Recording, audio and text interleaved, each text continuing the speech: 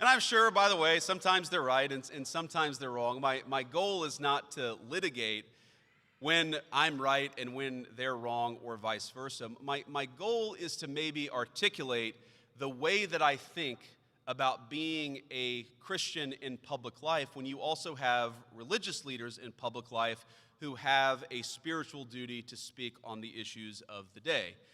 And the way that I try to think about it is the Catholic Church is a kind of technology. It's a technology that was developed 2,000 years ago, and it's coming into contact with a technology that's about 10 years old, 20 years old, and that's, of course, social media.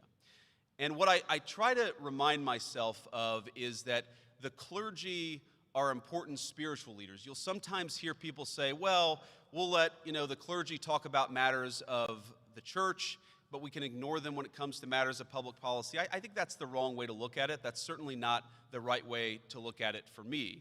But what I try to remind myself of is that we are not called as Christians to obsess over every social media controversy that implicates the Catholic Church. Whether it involves a clergy or a bishop or the Holy Father himself, I think that we could frankly take a page out of the books of our grandparents who respected our clergy, who looked to them for guidance, but didn't obsess and fight over every single word that came out of their mouth and entered social media.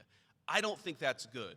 And I'm not, again, counseling all of you, but I don't think it's good for us as Christians to constantly fight with one another over every single controversy in the church. Sometimes we should let this stuff play out a little bit and try to live our faith as best we can under the dictates of our faith and under the dictates of our spiritual leaders, but not hold them to the standards of social media influencers because they're not. And I think